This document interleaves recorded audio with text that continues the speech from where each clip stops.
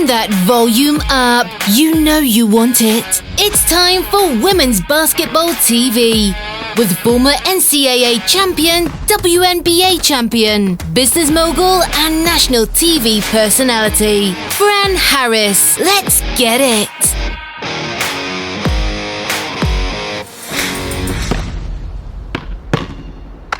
There was this song by the Jackson 5 when I was growing up. Some of y'all are too young to know this, so you can Google it, you can YouTube it to find it. But it started out like this. I'm going back to Indiana. Indiana, here I come. Some of y'all, I see you patting your feet. Some of y'all old heads, y'all patting your feet, a certain age. It's okay. Listen, the All Star game is going to Indiana. Nobody is shocked by this decision. We all knew this was coming. Y'all knew it was coming. I knew it was coming. Nobody had to tell us. This is not some amazing discovery that we made. We knew when the numbers started coming in for Caitlin Clark in this WNBA season, we knew the writing was on the wall. That's why the WNBA does not plan ahead really far in advance for All-Star games, because they know the economics of the W depend heavily on our ability to blow out these buildings.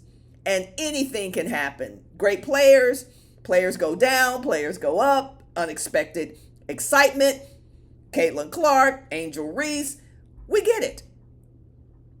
I ain't mad at the W for putting the All-Star game in Indiana. The W did what was best economically for the WNBA. Come on, I'm excited. As soon as Caitlin was declared her availability for the draft, I was like, oh yeah, All-Star game's gonna be there next year. They probably would have done it this year if they hadn't already committed. Let's keep it a buck. But I'm excited. What are y'all thinking about the All-Star game being in Indiana? Indiana is such an interesting place, but let's talk about the proximity of Iowans, folks from Iowa, who are already selling out the building, by the way, coming there for All-Star. I'm going to tell y'all this right now. If you're thinking about going to All-Star in 2025, the moment, and I do mean it, the second that they drop that tickets are available, you better get your tickets. You better get your tickets, because it's going to be crazy. And some of y'all are going to be really mad if y'all wait 2 days, 48 hours or a week to not get your tickets. You better save your pennies and get your tickets. So I just left All-Star in Phoenix, which Phoenix did a great job. The only thing I didn't love about All-Star in Phoenix were the temperatures. Seriously, 112 degrees. It was crazy hot. But Phoenix did an amazing job. And I don't know if the numbers have come out yet. I have to look through my research folder to see if the numbers have come out yet about the business that the W did during All-Star. Merch. I spent almost $1,000 in merch in the All-Star shop in Phoenix. Almost $1,000. People were going crazy. And not just for Caitlin Clark stuff, obviously. I bought Angel Reese, I bought Agumbawale, I bought Caitlin, I bought regular stuff, I bought other people gifts. It's the time. It's our time, y'all. And so when you look at what's going to be happening in Indiana in 2025, bonkers, bananas. It's going to be bananas. So you need to make sure that you get your tickets as soon as they release them. And I would bet that the W would release those sooner than later, just because the cash flow. I mean, if they said next week, we're going to do an early bird All-Star release. We're letting y'all get tickets for All-Star 25. We're going to open it up. We're going to open the card up for about 48 hours. They might sell out. Think about that from a business standpoint. They might sell out in 48 hours. Get that money in the bank this year. Hey, that's what I would do. If I'm the commissioner, I'm going to go ahead and open that. I'm going to do a special little fun thing, a little limited time thing, saying for y'all eager beavers out there, ready to drop some coin, 48 hours, do your thing. I would definitely do that. Absolutely do that. But yeah, All-Star's going to be in Indiana. Let's talk about the fact that people are starting to head back to the arenas tonight for the final portion of WNBA season 2024. What are y'all thinking about this trade deadline on August, 20th, I believe it is? Some deals can be made. It's kind of hard when, like, the whole hardship thing, we know, the trades, the salary cap, all of these elements play a part into whether you can actually go pick up somebody. And I know sometimes as fans, I'll look online and people be like, they need to go get this person. They need to go get this person. And sometimes you just can't go get people. Number one, let's start off by saying that all the teams are over the cap. All the teams are over the cap right now. And I think some are, maybe, when I say all the teams, obviously, there may be one or two who are got maybe 20 grand that they can play with, 40 grand that they can play with here, but not a whole lot of money to be moving players. That's not moving player level money. Let me just put it that way.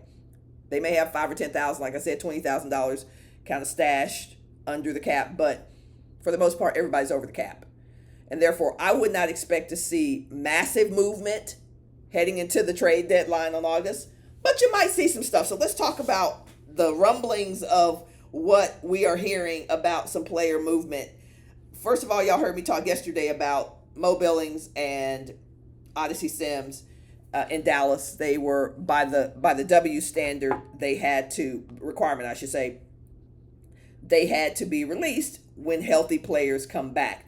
Let me read something real quickly about the salary cap thing. So roster finalization deadline was in May, so it was just before the season started. This is my guy shared with me. Thank you, John Keys.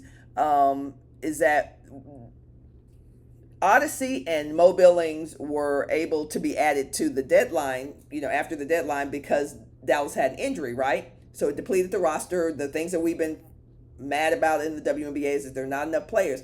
I'll say it till I'm brown or red in the face, blue in the face, or whatever the phrase is. We need more roster spots for this reason alone. For this reason alone, there's no reason for teams to be depleted and then to have terrible seasons just because they only had 12 players. You need 14 to 15 players. So once injured players come back to their team, so we picked up in Dallas, Odyssey and Mo, once those players were signed to hardship contracts, then they get picked up. Those players come back, they are guaranteed their spot back on the finalized roster, right? So the hardship players who were contracted to take their place, the injured player's place, must be released to meet the 12-player roster deadline, all right?